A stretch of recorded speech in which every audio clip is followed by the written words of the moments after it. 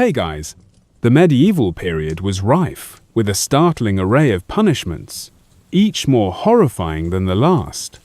Among these tortures, one method stood out for its unique brutality, involving an animal feared and despised even in the best of times, the common rat.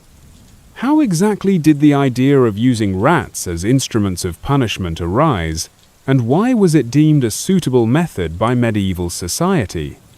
To fully understand this, we must first set the stage by exploring the conditions of medieval life itself. Medieval Europe was a place of stark contrasts. Grand castles and cathedrals rose majestically into the sky, symbols of wealth and power, while in their shadow, ordinary folk lived in squalid, cramped conditions. Cities were crowded, hygiene was almost non-existent, and disease was rampant. Rats thrived in this environment, becoming unwelcome but persistent companions of humanity. They lived in the shadows, lurking in the corners of homes and streets, carrying diseases that would periodically devastate populations. Given their ubiquity and association with filth and pestilence, rats quickly became symbolic of evil, decay, and death in the collective medieval imagination. They were viewed not just as nuisances, but as harbingers of suffering, beings intrinsically tied to the dark forces of the world. This pervasive disdain made rats uniquely suited for torture, as their mere presence could provoke dread in victims and onlookers alike. Historical evidence of rat torture dates back to ancient times, but it was during the medieval period that it found fertile ground to flourish. Particularly between the 12th and 15th centuries, this method became prevalent in various European cultures. Its use was not uniform across the continent, but rather emerged sporadically, often influenced by local customs, superstitions, and practical considerations. One of the earliest documented instances of rat torture occurred in medieval Germany, where it was known as Rattenstrafen. Authorities seeking to extract confessions or inflict severe punishment would employ live rats, capitalizing on the animal's natural instinct to flee or burrow through obstacles in their path. The victim would be restrained, typically tied to a flat surface, unable to move. A cage containing one or several rats would be placed upon the prisoner's exposed abdomen. Heated coals or a flame would then be applied to the cage, forcing the terrified rodents into a desperate frenzy. With nowhere else to turn, the rats instinctively began gnawing through the victim's flesh in their panicked attempt to escape. This horrific scenario begs the question, why rats? The answer lies not only in the pragmatic aspects of medieval torture, but also in the symbolic and psychological dimensions of the animal itself. Rats were cheap and readily available. They bred quickly, thrived in almost any environment, and required little maintenance or special care. For impoverished or understaffed prisons and judicial systems, rats represented an efficient and cost-effective means of punishment. Moreover, the psychological terror rats induced cannot be overstated. Unlike mechanical torture devices, rats were unpredictable living creatures, heightening the victim's sense of helplessness and fear. The horror of having a living being actively and frantically attacking one's body surpassed other forms of medieval torture in sheer mental and emotional anguish. Victims were not only subjected to physical pain but also profound psychological torment. Additionally, medieval justice was often steeped in symbolism and religious morality. Tortures were not merely punishments but also public spectacles intended as moral lessons and deterrents. The rat, a creature universally despised, symbolized impurity and sin. Punishing individuals using rats sent a powerful symbolic message that aligned with contemporary religious teachings, that wickedness invited suffering, degradation, and despair. There were also superstitious elements at play. Rats were commonly associated with witchcraft and dark magic in medieval folklore. It was believed witches could communicate with, control, or transform into rats. Thus, employing rats as instruments of torture could serve a dual purpose, punishing the individual and symbolically purging the community of evil forces. Such beliefs reinforced the legitimacy of rat torture in the eyes of both secular authorities and the religious. Despite its horrific nature, rat torture was not universally accepted or widely documented as commonplace across medieval Europe. Records suggest it was typically reserved for particularly egregious crimes or prisoners deemed deserving of extreme punishment or interrogation. Political prisoners, heretics, accused witches, and traitors were among those most frequently subjected to rat torture, underlining the method's application as an extreme form of justice reserved for perceived threats to societal stability or morality. Detailed accounts from various chronicles and court documents highlight the grisly effectiveness of rat torture in extracting confessions or punishing wrongdoing. For example, a 14th century chronicle from France vividly describes the fate of a noble accused of treason. After enduring hours of conventional torture without confessing, he finally broke under the psychological and physical torment of rat torture. This particular incident underscores how medieval authorities viewed rat torture not merely as cruel punishment, but as a practical tool for securing admissions of guilt. The practice of rat torture also reflected broader medieval attitudes toward punishment and suffering. Pain was not simply punitive, it was considered transformative. Through extreme suffering, individuals were believed to be purified, either confessing sins or publicly displaying their remorse. Torture thus served a perceived moral purpose, aligning with contemporary beliefs about sin, punishment, and redemption. While modern sensibilities find rat torture abhorrent, to medieval society, it was a legitimate extension of judicial power, deeply rooted in their cultural, religious, and social context. It represented a convergence of practicality, symbolism, and psychological warfare, terrifyingly effective method reflective of a time when fear, superstition, and severity governed justice. As we delve further into this unsettling history, we will explore the specifics of rat torture methods, notable historical instances, the broader societal implications of its practice, and eventually, its decline. However, to truly comprehend the horrifying logic behind rat torture, we must first acknowledge the peculiar medieval worldview, a worldview shaped profoundly by fear, symbolism, and the desperate search for justice and order amidst chaos and uncertainty. As strange and unsettling as it might seem to modern minds, medieval people held intricate beliefs about justice, pain, and punishment, deeply rooted in symbolic meaning and stark practicality. Among the many brutal methods devised during those harsh times, one stands out for its uniquely visceral horror: rat torture, involving a pot, a helpless victim's belly, and fire beneath. To truly grasp the chilling reality of this particular method, we must delve into its methodical cruelty and the underlying beliefs that justified its use. Imagine yourself in a dimly lit medieval dungeon, cold stone walls damp with moisture and despair, torches flicker, casting sinister shadows across the rough-hewn floor. At the center of the chamber, a terrified prisoner is tied down securely to a wooden table, eyes wide with panic, limbs immobilized. The prisoner's stomach, exposed and vulnerable, is the focal point of a ghastly spectacle.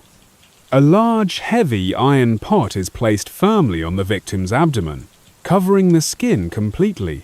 The pot, already ominous enough, is not empty. Inside, a few large, frantic rats scrabble against the metal interior, confused and increasingly desperate. Their squeaking echoes sharply in the confined space, heightening the victim's fear as they begin to comprehend the nature of their impending torment. Below the pot, logs and kindling are arranged carefully, methodically, by a calm executioner whose movements betray no hesitation or sympathy. A spark is struck, and flames begin to flicker, slowly licking upward, gradually warming the base of the pot. At first, the victim feels merely discomfort, a strange warmth spreading uncomfortably across their skin. Soon enough, however, that warmth turns into a burning sensation, growing more intense and unbearable with each passing moment. But it is not merely the heat that forms the punishment. Inside the pot, the rats, creatures driven purely by instinct, respond to the steadily increasing temperature.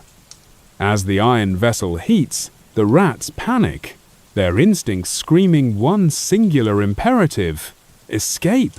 And escape they try, but with the metal pot firmly trapping them, their options are severely limited. Unable to flee outward, the rats naturally turn downward, driven by survival, toward the softer, more yielding obstacle beneath the victim's stomach. Frantic claws begin to scratch against the skin, lightly at first, a mere uncomfortable tickling sensation that quickly escalates into painful scraping as desperation mounts. Soon, the scratching intensifies into biting and clawing as the rats seek any possible means to escape the punishing heat. Historical accounts grimly note the extreme suffering inflicted upon victims subjected to this form of torture. It is said that the rats, driven mad by their desperate need to flee the heat, could gnaw relentlessly, eventually tearing through the skin and burrowing into the internal organs of their hapless victim.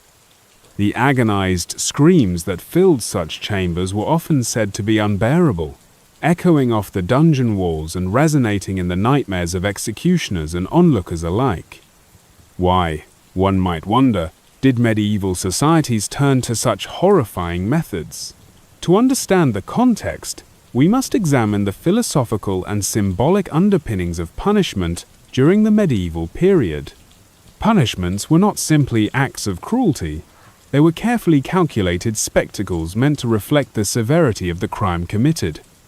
The torturers and their observers believed deeply in the concept of poetic justice, wherein the punishment metaphorically echoed the nature of the crime itself. Rat torture, with its slow and gruesome progress, was often reserved for crimes seen as particularly heinous or traitorous betrayals of trust or grave offenses against society or sovereign. The rats symbolized corruption and disease, creatures universally reviled in medieval thought. Their presence in the punishment underscored the moral degradation attributed to the victim. This was not just physical agony, it was symbolic retribution, an outward manifestation of inner moral rot, exposed vividly for all to witness. Additionally, this form of punishment conveyed a stern public warning. Medieval justice was as much about deterring potential offenders as it was about retribution. The spectacle of rat torture was publicized widely through word of mouth, tales carried forth by horrified onlookers and chroniclers alike. Thus, the punishment served a dual purpose. It delivered supposed justice to the condemned, while simultaneously reinforcing social order through fear. Yet, for all its grim symbolism and public spectacle, rat torture reveals an unsettling facet of medieval life, the normalization of extreme violence. Punishment, particularly in its most brutal forms, was so common and accepted that it rarely elicited widespread moral outrage. Medieval individuals lived lives intimately intertwined with violence, disease, and suffering, making such gruesome punishments horrifying but unsurprising. The rat torture, therefore, stood out not merely because of its cruelty but because of its macabre creativity, pushing the boundaries of accepted practice into realms of sheer imaginative horror. Ironically, Even executioners were known to find this particular form of punishment deeply unsettling. Records from medieval Europe occasionally reveal accounts of executioners who expressed reluctance or distaste for their work, particularly when it involved rat torture. The unpredictable nature of animals, the extended agony of the victim, and the gruesome mess that followed often made this method unpopular, even among those hardened to their grim duties. The victim, meanwhile, suffered not only physically but psychologically. The slow progression of the torture, knowing the inevitable, feeling every scratch, every bite, every gnaw as the rats dug deeper, was designed to break down the victim's spirit utterly.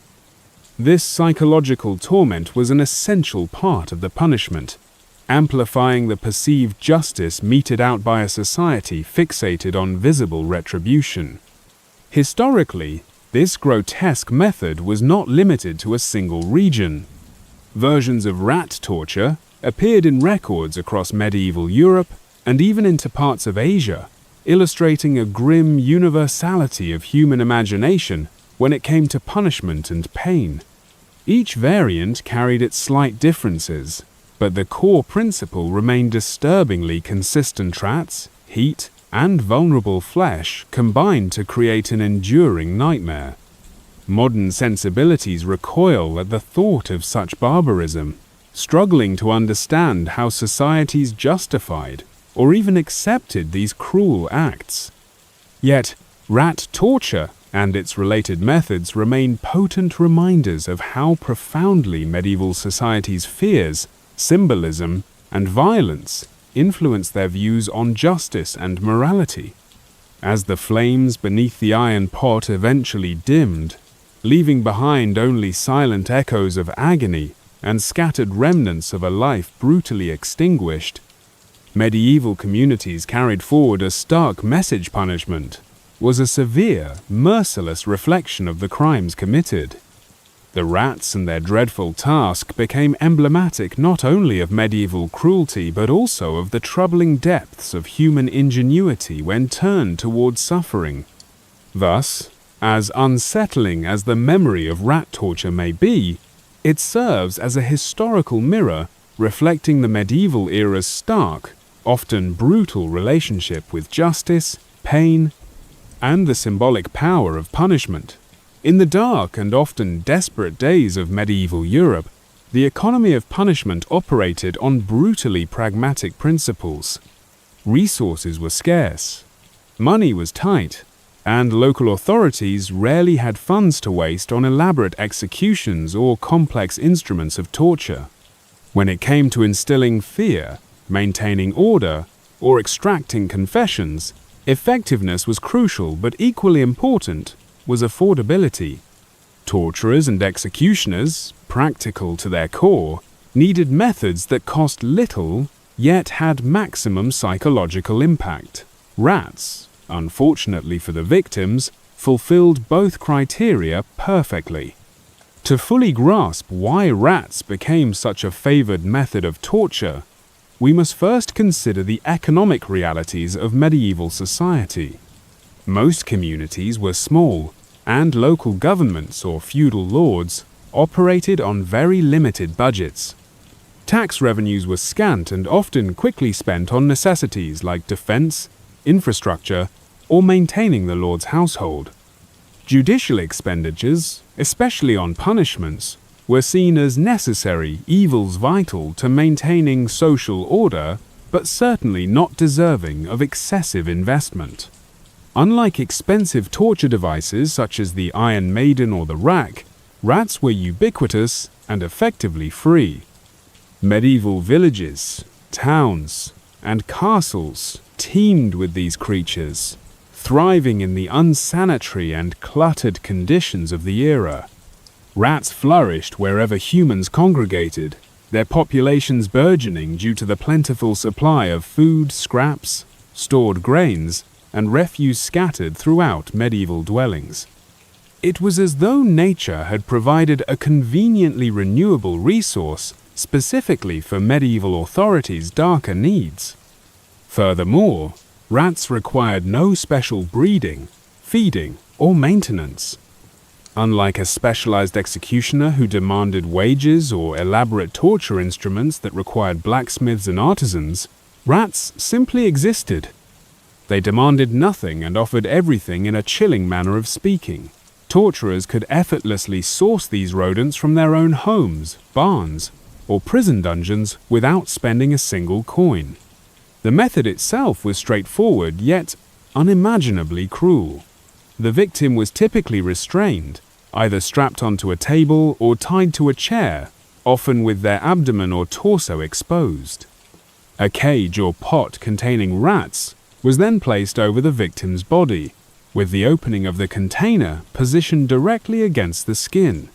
To ensure the rats moved toward the victim, the torturers applied heat to the opposite end of the cage, usually through burning embers or hot coals. As the temperature rose, the rats, frantic, terrified, and driven by their survival instinct, scrambled desperately to escape the searing heat. With nowhere else to go, they burrowed into the flesh of the helpless prisoner beneath them. The choice of rats, then, was not arbitrary. Their natural behavior, combined with their instinctive panic under heat, made them brutally efficient instruments. Rats have powerful incisors, capable of gnawing through wood, bone, and sinew. This natural ability allowed them to tear through human flesh with horrifying ease.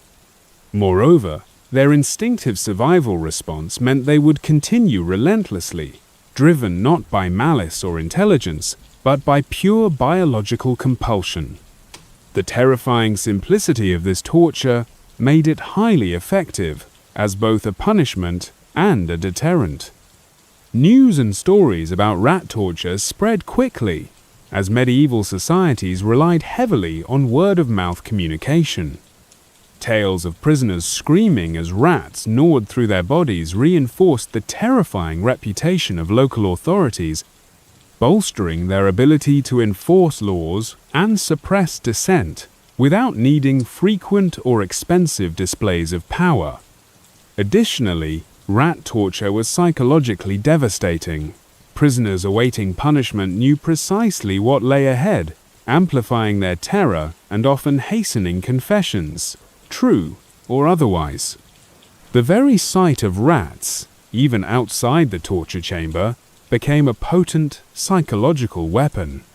Prisoners housed in rat-infested cells faced constant mental torment, knowing these rodents familiar from childhood as mere pest shad now become the instruments of their potential doom. The widespread availability and low cost of rats meant that torture could be democratized, in a grim sort of way. Even small-town magistrates or minor nobles, who might otherwise lack the resources for elaborate punishments, could employ rat torture. This widespread use made it ubiquitous, further embedding the practice in medieval judicial culture. Ironically, the humble rat attested as a pest yet largely ignored in everyday life had been elevated to a status of grim importance. However, the effectiveness and affordability of rat torture also reflected deeper societal attitudes about punishment and suffering. Medieval European societies, steeped in religious morality, viewed suffering not merely as punishment, but as a necessary path to redemption. The horrifying agony inflicted by rats was often rationalized as a form of divine justice, a fitting torment for those considered particularly heinous criminals or heretics. It satisfied both secular and religious authorities by visibly demonstrating the consequences of defiance. Yet, despite its simplicity, rat torture required a degree of psychological cruelty from the torturers themselves. Handlers had to remain unaffected by the screams of their victims or the frantic movements of the desperate rodents. They had to calmly manage the heat, ensuring the rat's survival instincts would trigger at precisely the right moment. This cold efficiency highlights a grim paradox. While the method itself was economical and straightforward, it demanded a disturbing emotional detachment from those carrying it out. In modern reflections, the use of rats for torture seems incomprehensibly barbaric, yet understanding its popularity requires recognizing the pragmatism and brutality of medieval authorities. Rats represented the convergence of necessity, effectiveness, and economy. They were inexpensive, abundant, and disturbingly efficient, allowing authorities to assert control without squandering precious resources. Thus, the pervasive use of rats in torture stands as a bleak reminder of how medieval societies balanced cruelty with practicality. In an age where brutality was normalized and punishment publicly endorsed, rats became not only agents of torture, but symbols of a society that viewed human life and suffering through a starkly utilitarian lens. The fact that these creatures ubiquitous, ordinary, and reviled were harnessed for such horrific ends emphasizes just how cheaply medieval authorities valued human dignity and life. And for those unfortunate souls condemned to such a fate, rats were not merely pests, but embodiments of humanity's capacity for ruthless efficiency. Imagine being trapped, helpless, immobilized, and knowing the only escape from your predicament involves an agonizing confession, whether true or false. In medieval Europe, rat torture became infamous precisely because it was brutally effective at extracting such forced confessions. This method wasn't merely about physical agony, it preyed deeply upon psychological terror, leveraging an innate fear humans have toward vermin. The method was grotesquely simple in its setup, yet psychologically sophisticated in execution. Victims were usually restrained tightly, often tied down flat on their backs or strapped into chairs specially designed to maximize vulnerability. Then a cage, typically made from sturdy iron bars, wicker, or wooden planks, was fastened securely onto their abdomen or chest. Inside this cage, frantic, starved rats scrambled in desperation. But how exactly was the forced confession obtained? Medieval executioners knew the psychology of their victims well. Rats, when starved and placed in confinement, instinctively seek any available escape route. In this horrific scenario, the only viable route was downward through the victim's flesh. The mere anticipation of such unbearable pain was often enough to drive even the strongest individuals toward a swift, terrified confession. The executioner would often start by heating the cage, either by placing hot coals atop the bars or carefully positioning a flame beneath it. This cruelly increased the rats' agitation, amplifying their natural desperation. As the rats' panic escalated, their frenzied scratching would intensify, paws frantically tearing at the skin beneath them. Once the victim felt the initial sharpness of tiny claws, their panic would skyrocket, rendering their mental state vulnerable and fragile. Yet, there was a grim artistry to the timing. Executioners didn't always allow the rats immediate access. They allowed their victims time to imagine the worst, the gruesome images conjured by fear being an incredibly effective psychological torment. Hours could pass, with rats pacing, scratching, and squealing, while the victim lay paralyzed, knowing precisely what horror awaited them should they fail to speak. The actual chewing phase was deliberately prolonged, calculated precisely to prolong suffering. Rats have sharp incisors capable of gnawing through wood, and even thin metal given enough time, let alone human flesh. Victims would initially feel pinching sensations, escalating into sharp stabbing pains as rodents tore through the upper layers of skin. Blood would begin to seep slowly, then flow freely, further exciting the rats. It wasn't merely pain, but also the unbearable psychological horror of feeling one's body become food for vermin that broke victims' spirits. Historical accounts describe vividly the horrifying efficiency of rat torture. Notorious incidents recorded in medieval manuscripts recount prisoners shrieking confessions to crimes they never committed, simply to end the unbearable agony. The torturers knew that these confessions were rarely truthful, yet they valued them nonetheless as necessary affirmations of their authority and deterrent warnings to others. Inquisitors, especially during periods of religious upheaval and witch hunts, embraced rat torture as a particularly compelling method to extract confessions of heresy or witchcraft. They capitalized on the widespread medieval belief in rats as harbingers of disease, filth, and evil. Rats were thus both literal and symbolic agents of corruption, and their employment in torture deeply reinforced societal fears and prejudices. The effectiveness of rat torture in obtaining confessions lay significantly in its slow progression, leaving ample room for mental torment. Victims could initially hold out, their resolve intact. But as minutes became hours, the slow erosion of willpower from fear and pain was inevitable. Torturers understood intimately the limits of human endurance and precisely how long to allow the rats to gnaw, scrape, and chew before the victim's breaking point. Another layer of horror lay in the aftermath. Victims who survived the torture often bore devastating physical and psychological scars. The disfigurement from rat bites was gruesome, leaving deep wounds prone to infection, lifelong disfigurement, or worse, death from subsequent infections. Survivors recounted that the nightmares of their torture haunted them endlessly, leaving them forever marked as living reminders of the cruelty humans could inflict upon one another. Ironically, despite the graphic brutality, the technique was viewed in its historical context as practical and cost-effective. Rats were abundant, easy to obtain, and required no special maintenance beyond initial starvation. The equipment itself was rudimentary, inexpensive, and reusable. In medieval times, when resources were limited, these attributes were highly advantageous.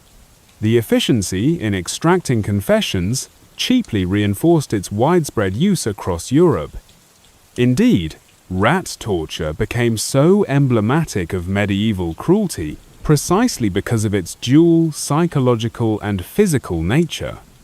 Victims didn't simply confess, they were mentally shattered, forced into submission by their primal fear and unbearable pain. The knowledge of their vulnerability, helplessness against tiny but relentless vermin, was a humiliation as devastating as the pain itself. Today, historians and scholars examining medieval torture emphasize the disturbing depths of human creativity employed for cruelty. Rat torture, in particular, serves as a grim testament to humanity's capacity for psychological manipulation and physical torment, a bleak reminder of a time when confessions by chewing were shockingly common. Understanding this dark past reminds modern society of the dangers inherent in unchecked authority and the devastating consequences when human dignity is discarded. Thus, rat torture was not merely about extracting information, it represented a comprehensive assault on the victim's humanity, dignity, and sanity. Medieval society's willingness to use such methods highlights a profoundly troubling chapter in human history, a chapter characterized by desperation, cruelty, and a disturbing ingenuity dedicated to inflicting maximum suffering to achieve questionable ends. If you're hearing about rat torture for the first time, or even if you've reluctantly heard of it before, you might find yourself shaking your head in bewildered disgust. How in the world did medieval people even come up with something so bizarrely gruesome? Where did the idea originate to place a terrified rat in a confined space and force it to burrow through human flesh? After all, torture, cruel though it undeniably is, often has a strange, twisted logic behind it. But rats? Rats tunneling through human skin? Who first looked at a rat scampering through their pantry and thought, now there's an idea for getting people to confess? To answer these questions, we need to dig deeper not into flesh, thankfully, but into history. It's important to note first that human beings have never lacked creativity when it comes to inflicting pain. Torture methods throughout history have frequently been imaginative, disturbingly so. The Romans had their crosses, the Greeks their brazen bull. The ancient Persians devised horrific devices like scaphismentoming victims alive between two boats and leaving them to insects and decay. Yet, medieval rat torture seems uniquely grotesque, even compared to these infamous methods, primarily because of the sheer visceral fear it invokes. Historians have traced the roots of rat torture back to antiquity. The earliest mentions emerge from the ancient Far East, notably China. Historical accounts and legends from as far back as the Han Dynasty, 206 BCE, 220 CE, describe rulers and warlords employing rats as instruments of psychological warfare. However, their methods weren't necessarily identical to the ones medieval Europeans adopted. Instead, rats were initially tools of indirect terror. In these early forms, rats were released in enemy camps to cause panic, consume essential supplies, and spread disease particularly effective in prolonged sieges. Yet, somewhere along the path between ancient Eastern tactics and medieval European courts, the strategy took an astonishingly darker turn. The transformation from using rats as incidental agents of destruction into deliberate instruments of physical torture likely occurred during the wave of military exchanges, trade, and cultural interaction along routes like the Silk Road. Medieval Europe, ravenous for knowledge and warfare techniques from distant lands, imported more than just spices and silks from Asia. They acquired practices, ideas, philosophies, and, unfortunately, torture methods. One theory holds that rat torture found its way to medieval Europe via Byzantium. The Byzantine Empire, a critical conduit between Asia and Europe, became a melting pot of cultural exchange. Byzantine military strategists, always keen to innovate, frequently borrowed ideas from other civilizations. Historical texts mention that Byzantine interrogators experimented with animal-based torture, perhaps borrowing practices from Persian or Arabic sources, which were then passed westward through soldiers, merchants, and crusaders. The Crusades themselves offered fertile ground for cultural exchange, both noble and nefarious. Knights and warriors returning from decades of fighting in the Middle East brought home various influences, medical advancements, exotic foods, literary works, and, unfortunately, methods of punishment. The extreme brutality of warfare in the Levant and exposure to diverse, occasionally ruthless tactics undoubtedly reshaped European perspectives on torture. Crusaders witnessed brutal punishments inflicted by Saracens and Byzantines, learning firsthand just how far humans could push their imaginations in pursuit of dominance or information. It's plausible that rat torture, in its early crude forms, returned to Europe as a half-remembered horror, refined later by inquisitors and torturers eager for new, effective methods to inspire terror. Once rat torture arrived in Europe, it quickly proliferated, particularly during periods of heightened paranoia and suspicion, such as the Inquisition. Europe's intense fear of heresy and treason, coupled with the conviction that hidden enemies lurked everywhere, created a desperate atmosphere ripe for introducing new methods of extracting confessions. Rats were everywhere, cheap and abundantly available. They symbolized filth, decay, disease, and fear, perfect for playing upon the deep-seated anxieties that permeated medieval life. This psychological dimension is crucial to understanding the appeal rat torture held for medieval interrogators. Torturers didn't just seek physical pain, they sought the psychological breaking point, the complete destruction of a person's resistance. Rats offered this psychological leverage effortlessly.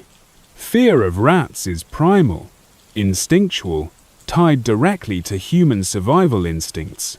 Rats brought with them plague, famine, and ruin. Their presence alone could trigger instinctive terror. The threat of them tunneling through one's body amplified this fear tenfold. It was not merely physical agony that interrogators craved, but rather that profound, existential terror that stripped away all mental defenses. Medieval texts reveal the method's success. Documents from inquisitorial trials and torture manuals describe not only the physical trauma rats inflicted, but also the breakdown of psychological resistance. Interrogators noted how even hardened individuals who resisted more conventional tortures flogging, the rack, water torture crumbled swiftly when faced with a cage full of rats. Such accounts encouraged the method's adoption far and wide. Furthermore, rat torture's simplicity also contributed to its spread. Torturers required no elaborate machinery, no special skills beyond cruelty and patience, no specialized training in anatomy or mechanics. The method was straightforward, easy to replicate anywhere rats could be found, and rats were omnipresent, from humble rural villages to bustling urban centers. Any jailer with basic carpentry skills could fashion a cage or container, heat a metal plate, and employ rats in interrogation, making rat torture scalable and widely accessible across medieval Europe. Even as the method became widespread, though, voices of dissent occasionally surfaced, condemning its grotesque cruelty. Medieval theologians and scholars sometimes questioned the morality of certain torture methods, rat torture among them. Yet these criticisms rarely gained traction in an era dominated by fear, paranoia, and a thirst for confessions at almost any moral cost. Thus, the practice endured, shaped by cultural diffusion, psychological exploitation, and ease of implementation. Rat torture, though horrifying to our modern sensibilities, perfectly matched medieval European society's desperate search for control, information, and obedience. As troubling as it is to accept, medieval Europe didn't need an explicit origin point or a singular inventor for something like rat torture to take hold. Instead, they needed only a suitable combination of desperation, cruelty, and ingenuity, and an easily available animal that symbolized filth, fear, and death.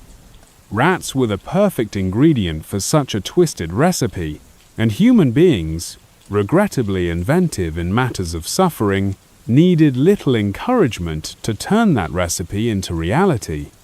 So, where did medieval people learn rat torture?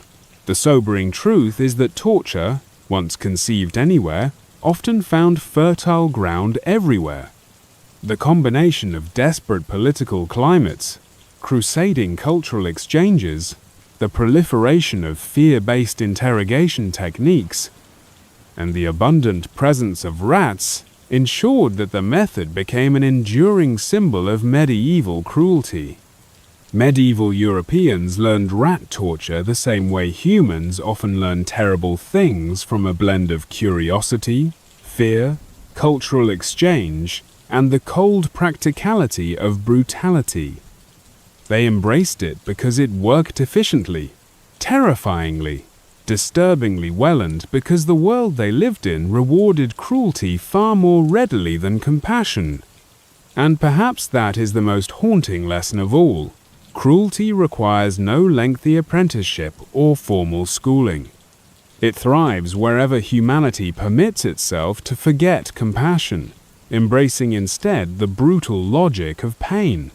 And medieval Europe, tragically, often excelled at such forgetfulness. Imagine yourself strolling through a medieval marketplace. You're minding your own business, perhaps buying vegetables or chatting with neighbors about the weather. Maybe you've stopped to watch a street performer juggling knives, or you're haggling with a merchant over the price of apples. Ordinary enough. right? But in the medieval world, ordinary activities could quickly take a dark turn. Innocent gestures, or even your general demeanor, might attract suspicion, and suspicion was often all it took to find yourself dragged before an inquisitor, accused of crimes you'd never even imagined committing. Medieval societies were rife with paranoia. The fear of heretics, witches, traitors, and enemies of the state lingered constantly in the collective mind. Churches, kingdoms, and communities were in perpetual anxiety about hidden threats, unseen dangers lurking just below the surface. Accusations of heresy or witchcraft could stem from simple jealousy, personal grudges, or misunderstandings. Sometimes, just being in the wrong place at the wrong time or associating with the wrong people could lead to your downfall. Rat torture, horrifying as it was, didn't just exist in isolation. It was part of a broader system designed to enforce conformity and obedience through fear. It operated on the assumption that innocence was something suspects had to prove, not a right granted automatically.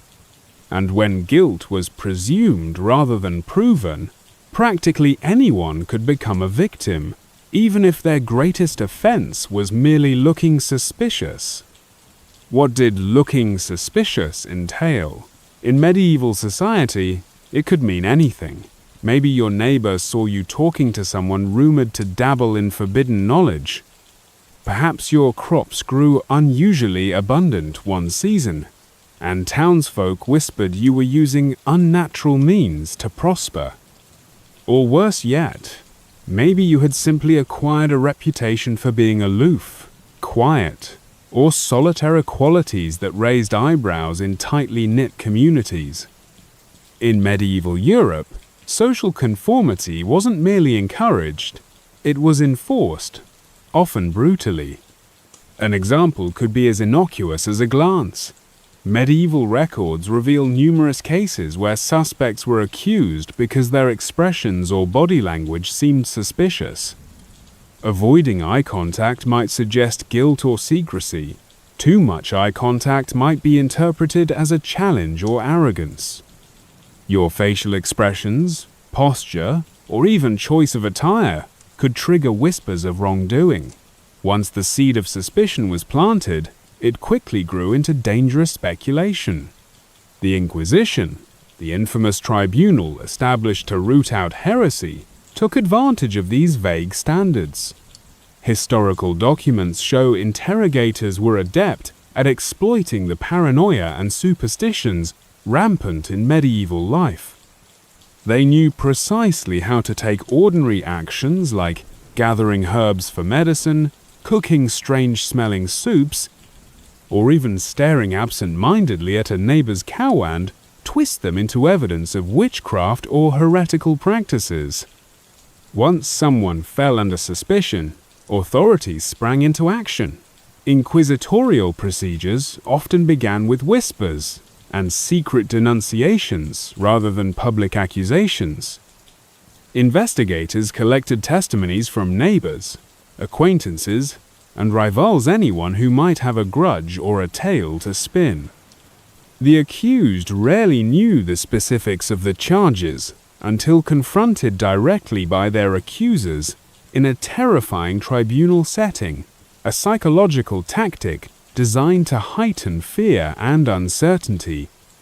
Under interrogation, denials meant little. Medieval torture, methods rat torture included, weren't designed to discover truth in the way we think of truth today. Instead, they aimed to confirm suspicions, to elicit confessions by any means necessary, even if the confession itself was entirely fabricated. Pain became a tool not for uncovering reality, but for creating a convenient reality, one shaped entirely by fear and coercion. Many medieval towns and villages had notorious informants, individuals who thrived on the power they wielded through accusation. These figures were adept at spotting vulnerability. They knew how to read the room, who was liked, who was disliked, who was feared, and they could manipulate these relationships to devastating effect. A simple accusation could lead to a cascade of claims from frightened neighbors eager to distance themselves from suspicion. Often, the accused had no defense beyond desperate denial, which inquisitors dismissed outright, viewing it as proof of stubborn resistance rather than innocence. Rat torture specifically was ideal for this brutal system. Its horrifying reputation preceded it, magnifying the psychological effect before the physical torture even began. Authorities deliberately described the process in chilling detail to the accused, capitalizing on visceral dread to extract swift confessions. Accused individuals guilty of nothing more than the misfortune of suspicion often confessed almost immediately upon learning what awaited them, desperate to escape such nightmarish agony. Historical accounts are replete with tragic examples. One medieval chronicle from 14th century Germany documents a young woman accused of witchcraft solely because a neighbor reported seeing rats near her dwelling. Her poverty and eccentric habits marked her as vulnerable, and soon more accusations piled up, claims of milk curdling, cattle falling sick, or mysterious fires igniting nearby homes. These claims were vague, unprovable, but utterly devastating. Under threat of rat torture, she swiftly confessed to everything authorities suggested, sealing her fate. Other records from inquisitorial proceedings reveal similarly heartbreaking narratives. Individuals confessing to elaborate conspiracies or demonic pacts purely from terror, pleading guilty to fantastical charges in hopes of mercy or a swift death. The stories became cautionary tales whispered through medieval communities, reinforcing an atmosphere of constant suspicion and fear. Everyone was potentially guilty. Everyone had reason to fear the sharp-eyed informer, the suspicious neighbor, the zealous inquisitor. Even when the accused were eventually proven innocent, an exceedingly rare occurrence, it scarcely mattered. Reputation damage, psychological trauma, and social isolation lingered. Families faced stigma for generations, carrying shame and suspicion that tainted every interaction. Communities often ostracized survivors, forcing them into exile or a miserable existence on society's margins. Yet medieval society endured this brutal cycle for centuries because authorities, both religious and secular, found it useful. The terror of torture, especially methods as vivid as rat torture, reserved their purposes, maintaining control over populations through fear, enforcing religious and political conformity, and eliminating troublesome individuals through supposedly justified trials. Innocence was secondary to usefulness, justice was secondary to obedience.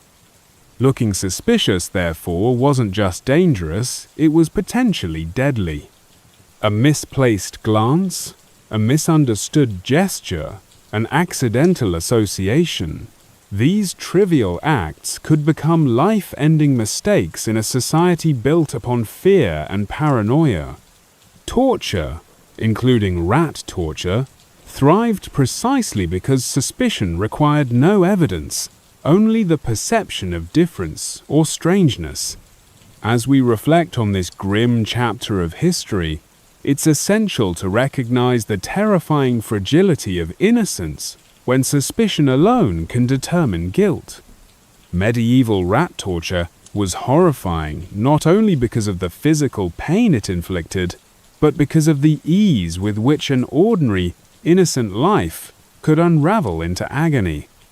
The simple, haunting truth remains that in medieval society, merely looking suspiciouser, simply being different, was enough to condemn you to unimaginable suffering. And as much as we'd like to reassure ourselves that such paranoia and injustice are relics of a bygone era, history continually reminds us how quickly suspicion can spiral, transforming neighbors into enemies, innocence into guilt, and fear into violence.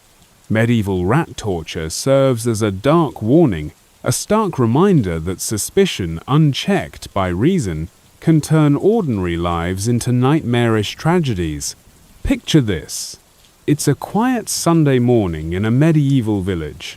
The air still damp with dew, the sun just beginning to climb over rooftops thatched with straw and moss. Bells toll softly from the nearby church tower, summoning villagers to gather within the stone walls for mass. Families shuffle into pews, their faces bathed in the flickering glow of candles, their eyes focused reverently, perhaps nervously on the priest standing at the altar. For medieval people, the church was more than a place of spiritual guidance. It was an omnipresent force that governed nearly every aspect of daily life. From birth to death, the church's authority shaped decisions, morality, and behavior. Priests were not only spiritual advisors, but community leaders, judges, mediators, and, sometimes, terrifyingly, inquisitors. Yet amidst this ubiquitous presence, the Church often claimed it had little to do with the violence inflicted upon suspected heretics, witches, or traitors. Particularly when methods as grisly as rat torture were involved, Church authorities conveniently looked the other way, pretending ignorance of the very horrors they tacitly permitted. Why this elaborate game of denial? Because the Church had a delicate reputation to maintain. On one hand, it needed to enforce strict orthodoxy, rooting out heresy and dissent with ruthless efficiency. On the other, it had to appear morally upright, a benevolent shepherd guiding its flock towards salvation rather than cruelty. This balancing act required careful manipulation of perception, allowing church leaders to maintain plausible deniability while indirectly encouraging or, at least tacitly accepting methods of torture that terrified populations into compliance. Rat torture, among other methods, provided an unsettlingly effective solution. Because it involved relatively simple tools rats, cages, heat sources, it was easily dismissed as a secular practice rather than an ecclesiastical invention. Priests and bishops could distance themselves, claiming these horrors were purely secular punishments, the work of overzealous magistrates or executioners gone rogue. This convenient distancing gave the Church an escape route from direct association with atrocities that nonetheless served its ultimate goals of social control and religious conformity. Historical records from the medieval period confirm this unsettling dynamic. Accounts from inquisitorial proceedings demonstrate that while church officials were often intimately involved in the preliminary stages of investigations, collecting testimonies, assembling accusations, and interrogating suspects the moment torture entered the picture, priests and bishops tended to withdraw. They were careful not to soil their own hands with the explicit ordering or administering of the violence. Instead, they delegated responsibility to secular authorities or professional executioners, who then carried out the horrific acts behind closed doors, away from prying eyes, though never far from church influence. Officially, the Church maintained an image of stern but righteous authority. Ecclesiastical tribunals, headed by inquisitors appointed directly by the Pope, conducted interrogations and trials with the veneer of careful scrutiny. The accused would be questioned in the name of spiritual salvation, their alleged sins cast as matters threatening not only their souls, but the community at large. But once the tribunal had established a sufficiently convincing veneer of guilt, the suspect was often handed over to secular powers. At this moment, the Church's official stance became clear. Whatever horrors befell the accused afterward, it claimed no further responsibility. This deliberate separation of church and secular authority served multiple purposes. Primarily, it allowed the Church to avoid direct responsibility for cruelty, ensuring its spiritual prestige remained intact. But beyond this, it allowed ecclesiastical leaders to leverage public terror indirectly. Fear of punishment, especially grisly punishments such as rat torture, reinforced obedience and conformity to the Church's spiritual authority, without its leaders having to explicitly endorse such methods publicly.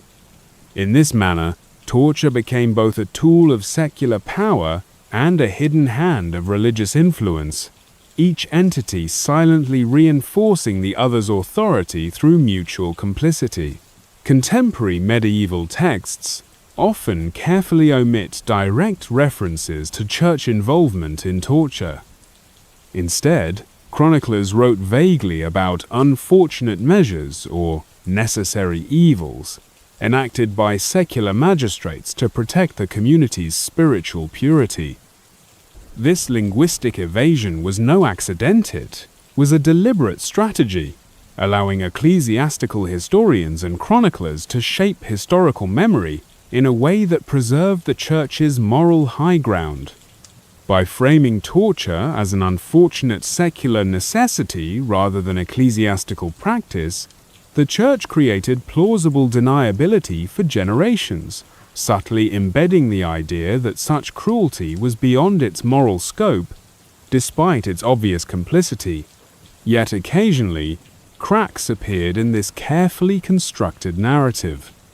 Archival documents from inquisitions in France, Spain, and Italy contain references to ecclesiastical authorities closely supervising trials. These officials offered meticulous guidelines on permissible interrogation methods, the use of instruments, and even the timing and duration of torture.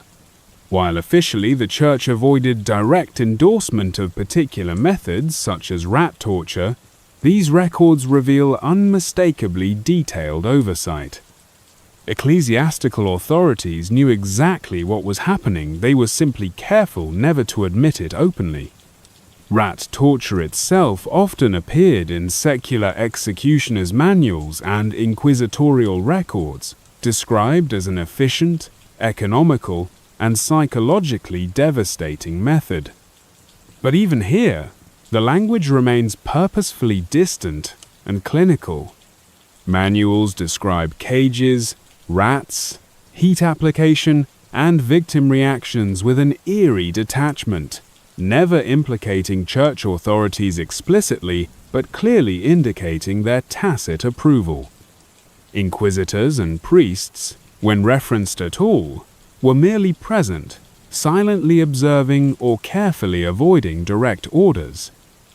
This careful dance around responsibility highlights a darker truth about medieval authority structures. Church and state operated as intertwined institutions, each reliant on the other to maintain power and control over the population. Spiritual authority legitimized secular punishments, while secular violence upheld ecclesiastical power. Each institution pretended independence from the other's excesses, allowing cruelty to flourish in the shadows of plausible deniability. And the population, caught in the middle, lived in perpetual fear of crossing invisible boundaries of heresy, blasphemy, or treason, never certain which authority they feared most, the secular or the ecclesiastical. Consider the psychological effect on ordinary medieval villagers. Their local priest might preach compassion and charity on Sundays, only to silently approve, at least fail to protest brutal methods of torture enacted by secular authorities throughout the week. This hypocrisy wasn't lost on medieval people, but voicing such criticisms risked inviting suspicion, accusation, and possibly torture itself. Thus, communities learned a grim lesson in silence and submission, forced to accept the Church's contradictions as an unavoidable facet of life. Over time, these contradictions left scars on communities and institutions alike.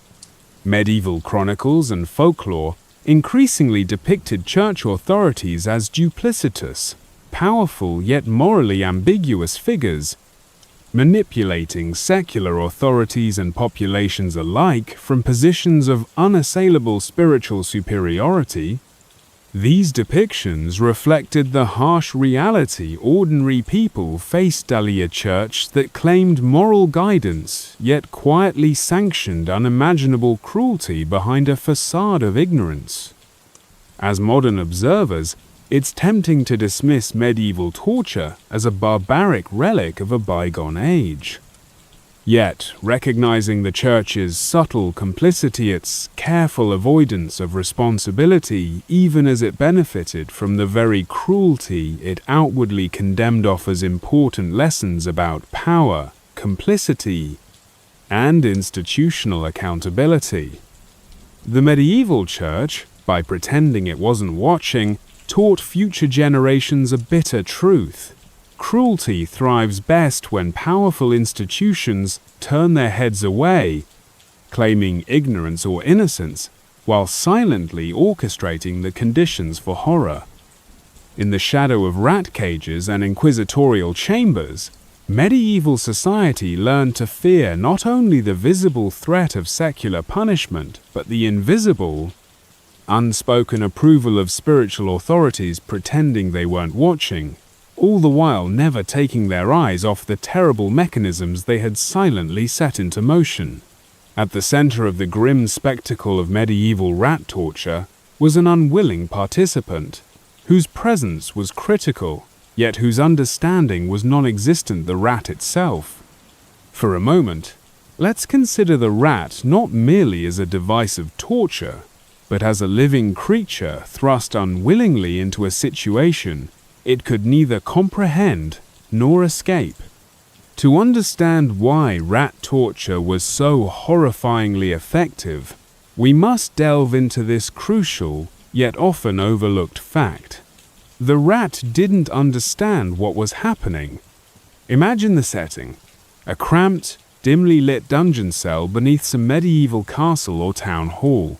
Stone walls drip with moisture, creating puddles on the uneven floor. The air is thick, tinged with the sharp scent of mold and fear.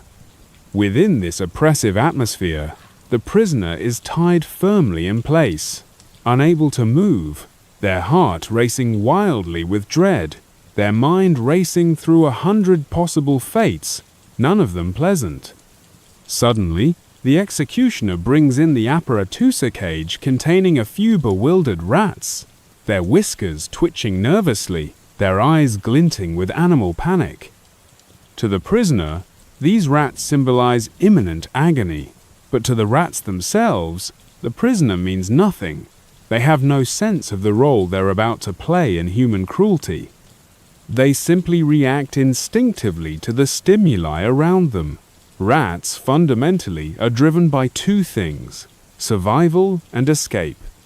Place them in an unfamiliar environment, trap them in a cage, and apply heat beneath it, and their basic animal instincts inevitably take over. This complete innocence of intention is precisely why the method was so perversely terrifying. Unlike executioners who acted with clear malice or human cruelty consciously wielded, rats operated on instinctual impulse alone. They weren't driven by vengeance, sadism, or morality, simply raw fear and survival. This absence of malice paradoxically heightened the torture's psychological terror, making the prisoner realize their torment wasn't inflicted by someone who could be reasoned with, pleaded to, or persuaded. It was instead an utterly uncontrollable, unfeeling force. Once heat was applied beneath the metal cage placed over the victim's abdomen or chest, the rats, frantic from the rising temperature and panicked by confinement, would scramble desperately for escape.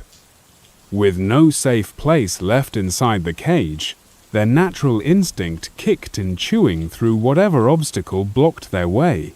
Tragically, the obstacle was human flesh. The rats did not recognize a living body as anything other than an obstruction. In their desperation, they perceived no moral boundaries, felt no hesitation. Their teeth, designed for gnawing through wood, wire, and stone, easily pierced skin, tissue, and muscle, driven solely by the primal need to escape an unbearable situation. Yet, despite their unwitting cruelty, these animals were victims themselves, forced participants in a scenario engineered entirely by humans. Medieval people knew rats as vermin, carriers of plague, destroyers of grain stores, pests that chewed their way through walls and food supplies alike. Rats symbolized everything dirty, dangerous, and destructive, creatures that threatened the delicate balance of medieval survival.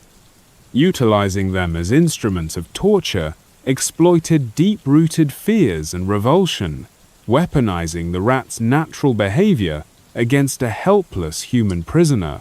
But the rat remained oblivious to these symbolic associations. Its small, intelligent eyes saw only a maze of threats, heat, and barriers preventing escape.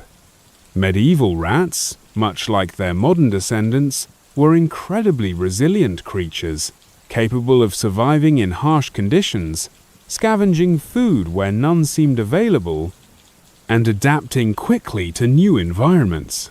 Yet no evolutionary adaptation could prepare them for being caged over human flesh, forced into a violent act by terror alone. The rat did not perceive human suffering as meaningful, nor did it derive any satisfaction from it.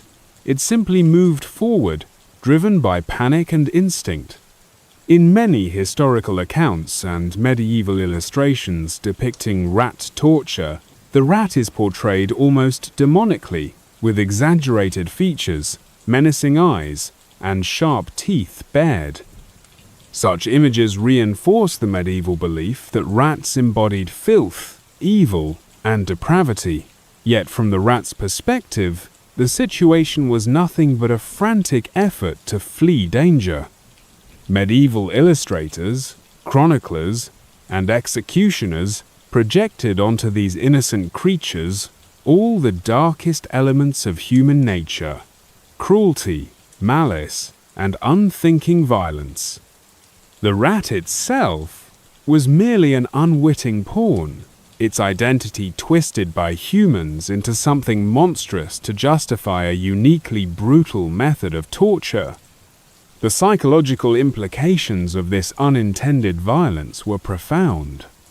The prisoners themselves knew that pleading or screaming would do nothing to stop the rats, because the rats neither understood nor cared about their victims' pleas. Human torturers might pause, reconsider, or even experience remorse, but the rat had no such limitations. Once set loose, it would continue relentlessly, driven solely by the instinctive need to survive. This realization added layers of horror to the prisoner's experience, as the pain inflicted wasn't merely physical but deeply psychological, rooted in helplessness and inevitability. In fact, medieval executioners likely understood this phenomenon well. Records and manuals describing torture methods explicitly mention the psychological terror as a crucial part of the punishment. Prisoners weren't merely being physically harmed, they were being subjected to a form of existential terror that exploited the victim's inability to reason, bargain, or appeal to the compassion of the creature hurting them.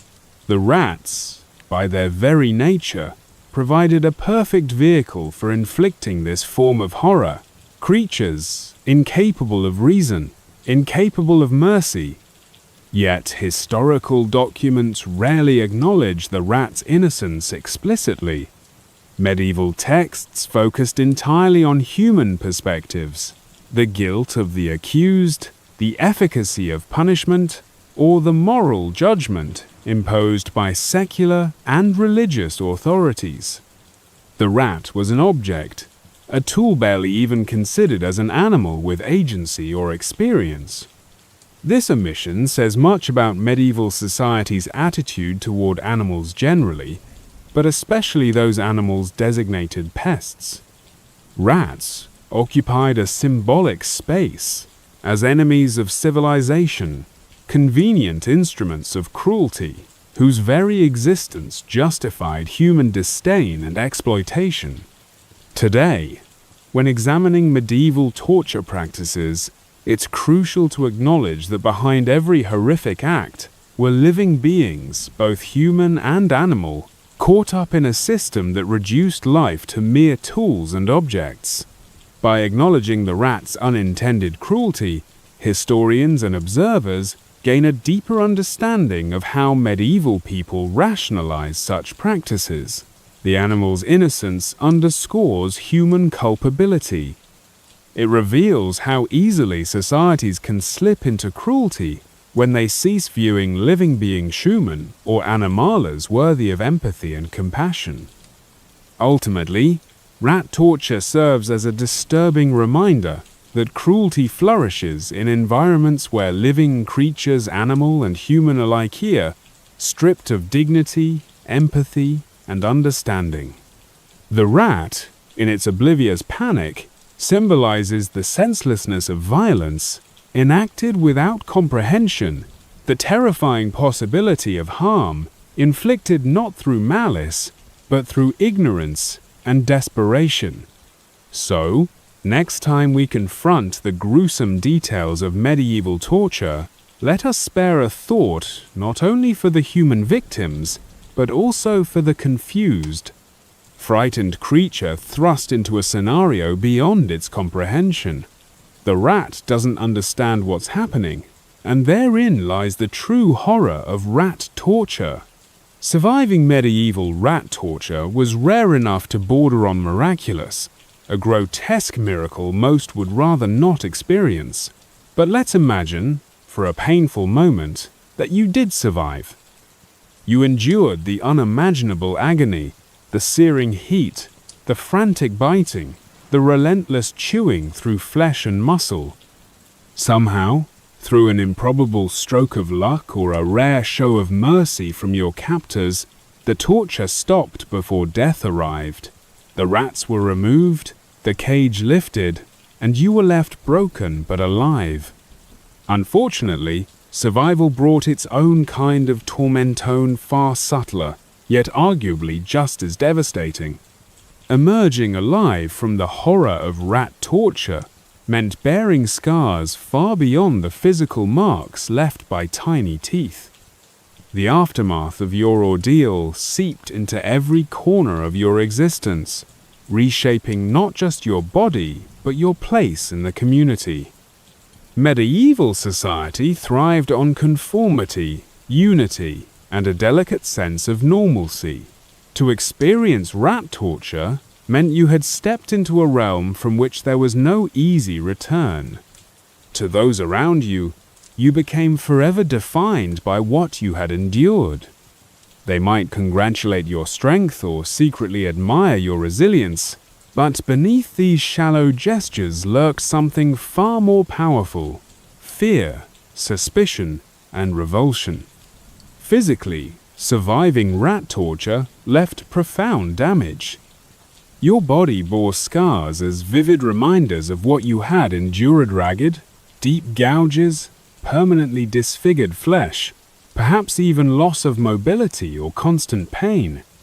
Such visible trauma alone marked you as different, an outsider forced into the margins of medieval village or town life. Yet, the invisible scars ran even deeper, carving psychological wounds more profound and lasting than the physical trauma. Each time you glimpsed a rat scurrying through an alleyway or heard the faint scratching of rodents in the walls at night, you were instantly transported back into that dark dungeon, reliving the entire nightmare. This wasn't merely memory, it was a haunting, visceral re-experience. But your suffering wasn't limited to private torment. Medieval society, tightly knit and highly communal, operated on strict codes of interaction. Public reputation was vital, influencing your ability to marry, to trade, to attend church, or to participate in social gatherings. Surviving torture, especially rat torturia punishment, so grotesquely inhuman that its mere mention made decent folks shudder-shattered any previous social status you might have held. You had become tainted, carrying a stigma almost as infectious as plague. You became a living cautionary tale, an embodiment of fear, shame, and the uncanny power of authority. The harsh reality quickly became evident. People whispered behind your back. Conversations faltered whenever you entered a room. At the local tavern or village market, a subtle but unmistakable shift occurred whenever you appeared. Neighbors who once greeted you warmly now barely met your gaze, subtly stepping aside as you passed. Even at church, supposedly a sanctuary of compassion, pews around you remained conspicuously empty, an unspoken barrier erected by communal discomfort. You hadn't changed as a person, at least not in your own eyes. Yet to everyone else, you had become something else entirely, an unsettling reminder of human cruelty, an uncomfortable mirror reflecting the community's darker impulses. Medieval society, reliant upon conformity, was quick to isolate those who disrupted its comforting illusions. Your mere presence forced others to confront difficult truths, the fragility of life, the arbitrary nature of punishment, and humanity's chilling capacity for brutality. Avoiding you meant avoiding uncomfortable truths. Ignoring you allowed others to pretend that your fate could never befall them. Social ostracization extended to economic hardship as well. Trade depended upon trust, community, and reputation qualities now irreparably damaged. Few would willingly conduct business with someone labeled as a victim of torture, as though your mere survival cast doubt upon your moral character. Employment opportunities, already scarce, dried up almost entirely. Farmers, merchants, artisansmen wanted their goods or services tainted by association with you. Surviving torture often meant a life of poverty, isolation, and dependence on charity, or the grudgingly offered kindness of distant relatives. Your familial relationships also suffered immensely. In a medieval world dominated by honor, family members struggled with their own feelings of shame and helplessness. Parents, siblings, and spouses found themselves trapped between compassion for your suffering and anxiety about their own standing. Many families, under social pressure, quietly distanced themselves from survivors, claiming you had brought shame upon them. Children faced ridicule from peers. Spouses experienced social ostracism by association. Love might persist privately, but publicly the relationship often frayed beneath the weight of societal judgment.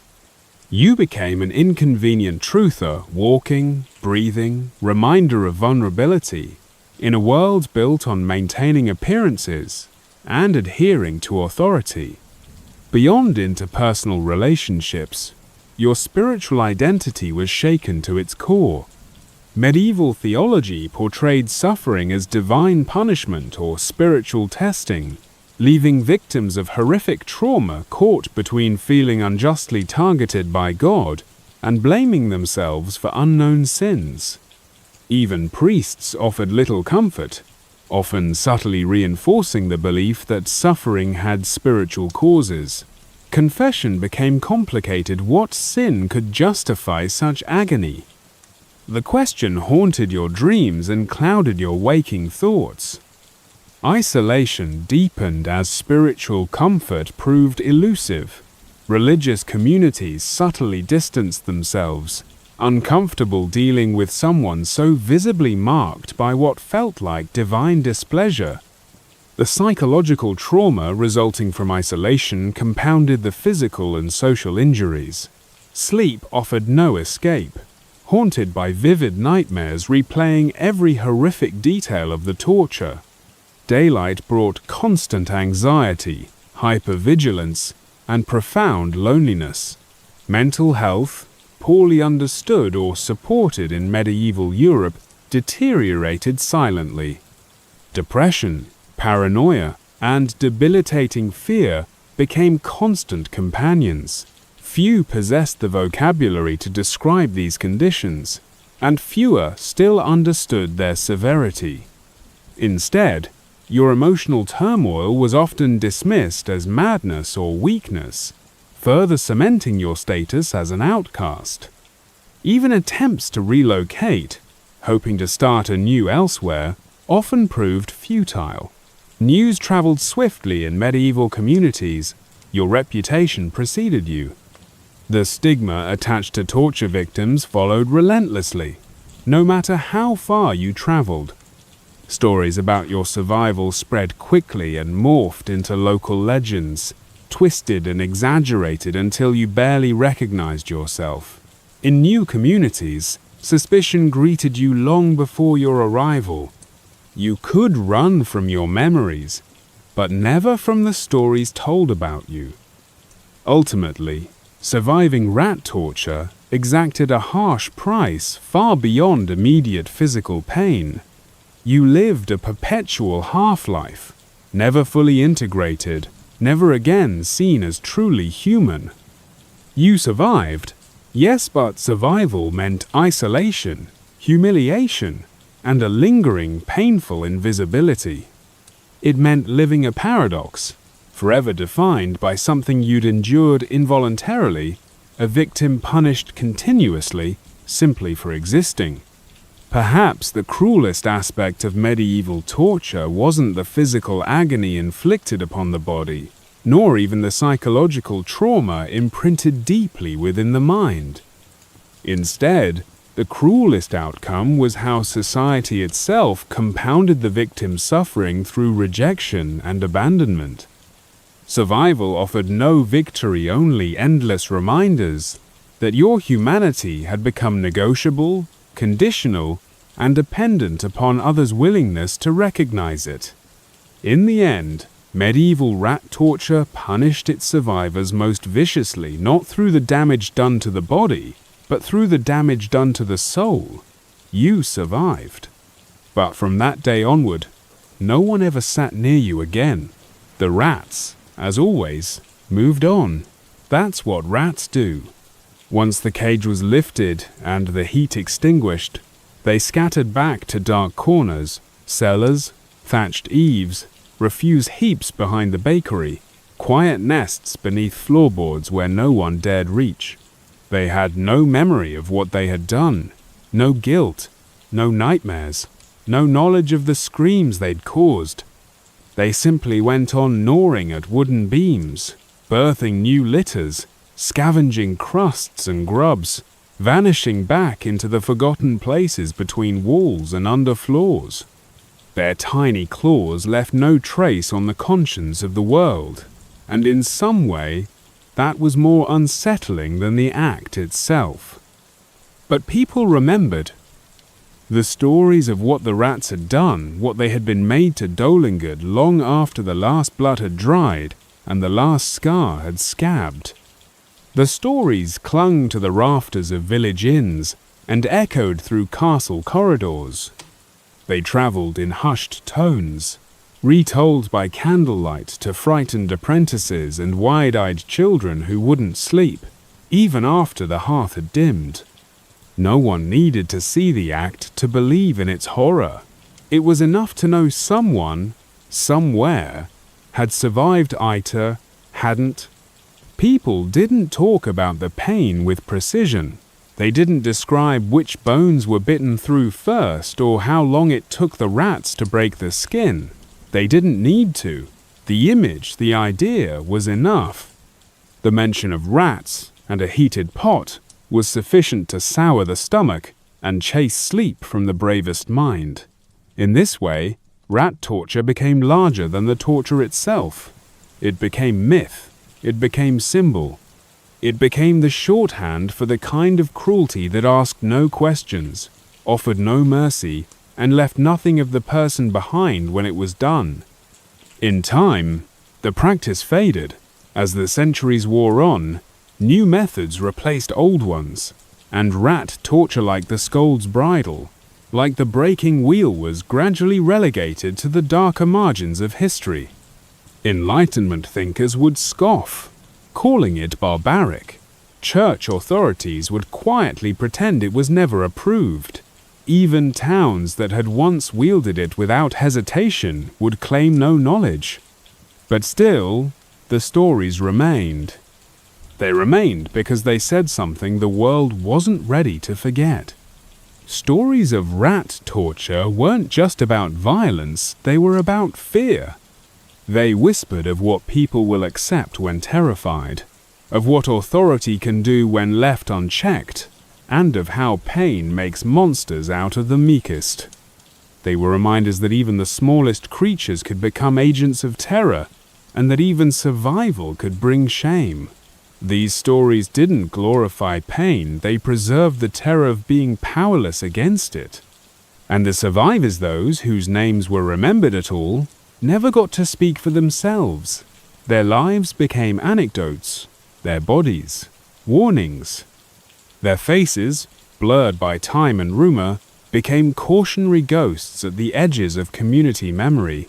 You didn't name them, you whispered about them. The woman whose belly was eaten, someone might mutter. The boy who screamed through the stones. No one visited their graves. No one said their names at weddings. Their memory was functional used, never honored. Even the executioners faded from their stories. Faceless in recollection, they became the background noise, the hands that turned the flame. In their place stood the rats more vivid than any human, more enduring than any document.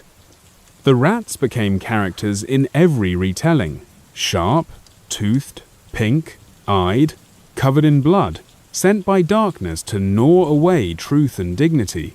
Yet the rats had no intentions. That, perhaps, was what made them such perfect vessels of fear. No motive, no judgment, just survival.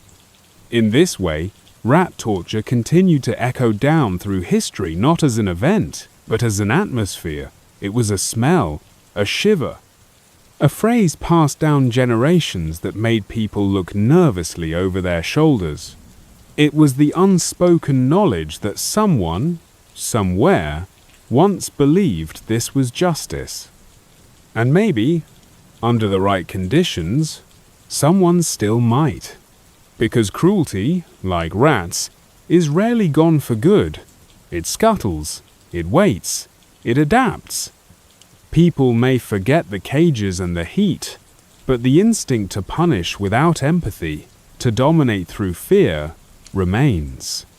The form may change no more heated pots, perhaps, but the impulse survives, chewing its way through policy, through law, through gossip, and exile and silence. That's why the stories matter. Not because they help us sleep, but because they shouldn't. Not because they make us proud of progress, but because they remind us how easily we slip backward. The rats moved on. They always do. But the stories, those remain.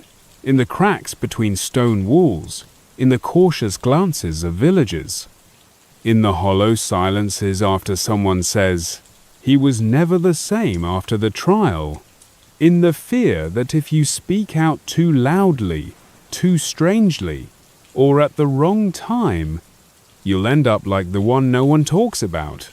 Not really. And so, we remember. Not perfectly, not kindly, but we remember. We remember because forgetting is what cruelty waits for. We remember because the smallest horrors, those with claws and teeth, and no understanding of the pain they cause, leave the deepest scars. We remember because someday someone might ask, did people really do that? So now, as the candles burn low and the room settles into stillness, let your thoughts drift away from the dark corridors of stone dungeons and tiny claws in cages. The rats are long gone, scattered into the folds of forgotten time, and the stories, though still whispered in old books and colder dreams, cannot harm you here. The fire is only warmth, not threat. The shadows on your walls are soft and unmoving. You are safe, far from inquisitors and torturers, far from fearful glances and lonely benches. Let your breath slow, let your shoulders ease.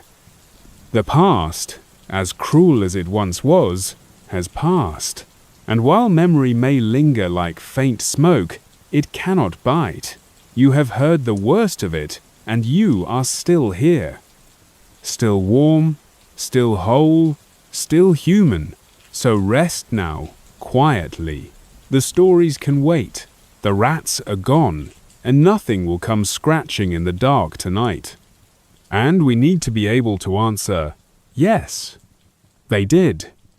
And the rats were the least of it.